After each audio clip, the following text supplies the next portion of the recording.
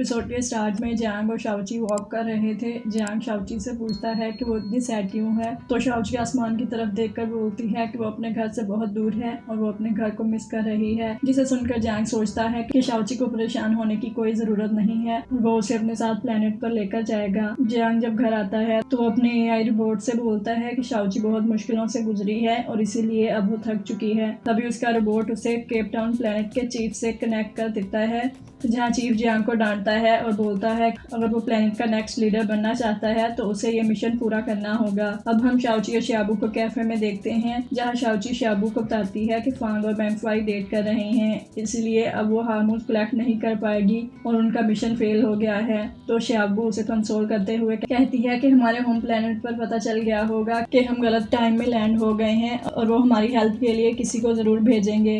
पर शाओची का मूड अभी भी बहुत खराब था क्योंकि वो काफी जेलस फील कर रही थी। दूसरी तरफ हम फांग को देखते हैं जो शाओची की एनालिसिस रिपोर्ट देख रहा था क्योंकि उसे वो पेन ड्राइव मिल गई थी। अगले दिन ऑफिस में फांग हान को कहता है कि वो शाओची से कांटेक्ट करके बोले कि वो जल्दी से ऑफिस वापस आ जाए क्योंकि ड्रीमी लवर प्रोजेक्ट फिर से स्टार्ट हो गया है। हान अब शाओची को कैफे में जाकर सारी बात बताता है, लेकिन शाओची वापस आने से मना कर देती है और कहती है कि वो स्टूपिड नहीं है कि फिर से वापस जाकर फांग से बुली हो। हान अब फांग को ऑफिस में जाकर बताता है कि शाओची ने वापस आने से मना कर दिया है और बोला है कि वो बहुत बिजी है, इसलिए फांग उसे डिस्टर्ब ना करे। तभी हान फांग को आइडिया देता है कि अगर वो शाओची को देखना चाहता है तो उनके कैफे से ऑर्डर टेक आउट कर ले और फिर उस ऑर्डर को डिलीवर करने के लिए शाओची आएगी। जिसे सुनकर फांग ऑर्डर टेक आउट करता है। फांग अब एंट्रेंस पर खड़े होकर शाओची का वेट कर रहा था, तभी शाबू फूड डिलीवर करने के लिए आती है, जिसे देखकर फांग काफी हैरान होता है। तो शाबू उसे बताती है कि वो आज फ्री है, इसीलिए वो डिलीवरी कर रही है और अगर फांग ने फिर से ऑर्डर किया तो वो ही डिलीवर करने आएगी। असल में शाओची ने शियाबू को उसकी हेल्प करने के लिए बोला था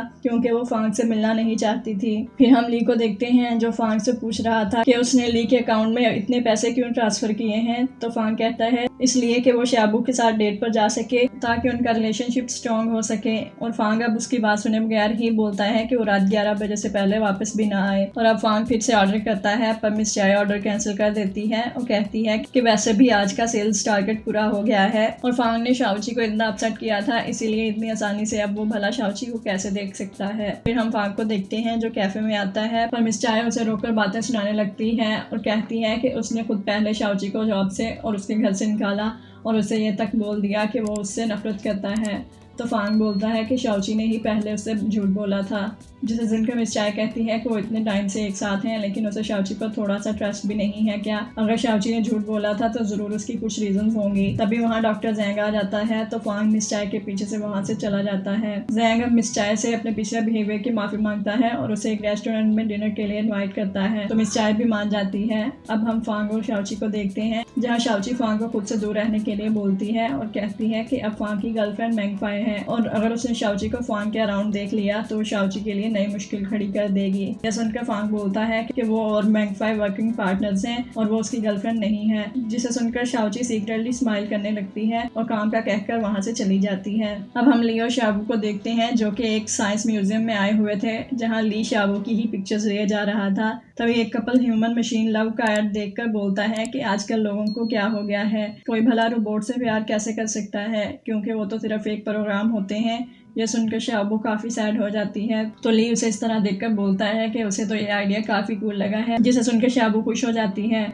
ली अब फिर से शाबू के हेड को टच करने लगता है और उसके मना करने पर वो खुद नीचे बैठकर शाबू का हैंड अपने सर को टच करवाने लगता है और ये देखकर शाबू स्माइल करने लगती है। अब हम जैंग और फांग को एक रेस्टोरेंट में डिनर करते हुए देखते हैं, जहाँ जैंग उसे कहता है कि वो शाओची की काफी केयर करता है और अगर वो इतना ही उसे मिस कर रहा है तो फिर से उसे कंपनी में क्यों नहीं रख लेता। तो फांग जवाब में बोलता है कि वो ऐसा किस तरह करे क्योंकि शाओची उसे मुसलसल अवॉइड किए जा रही है। तो जैंग उसे बोलता है कि उसे पहले ये सोचना चाहिए कि उसने जॉब किस रीजन की वजह से छोड़ी थी।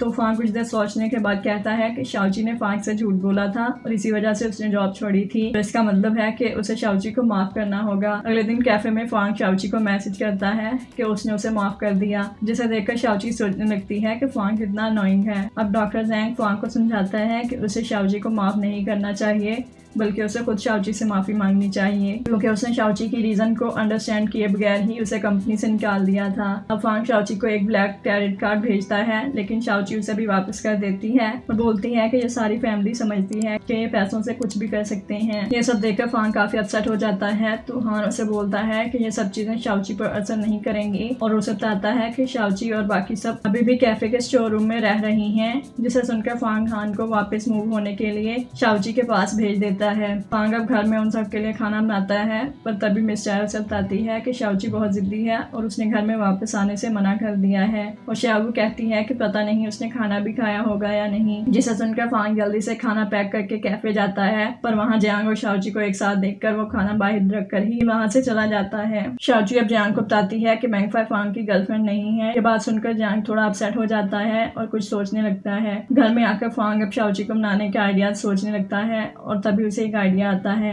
अगले दिन सुबह फांग अब शाओची के सामने जाकर एक्सरसाइज करने लगता है और उसे सेड्यूस करने की कोशिश करता है। शाओची बड़ी मुश्किल से खुद पर कंट्रोल करती है। रात को हम शाओची, शाबू और मिस चाय को एक साथ देखते हैं, जहाँ मिस चाय शाओची से पूछती है कि वो कब तक इस तरह रहेगी, जिसे सुनकर शाओची कहती है कि उसे खुद भी नहीं पता और अब फांग ने उन्हें वापस घर मूव होने का कहा है, लेकिन अभी भी उसने शाओची से सॉरी नहीं बोला। दूसरी तरफ जैंग भी फांग को समझा रहा था कि उसे अपने ईगो को साइड में करके शाओची से सिंसियरली माफ़ी मांगनी चाहिए।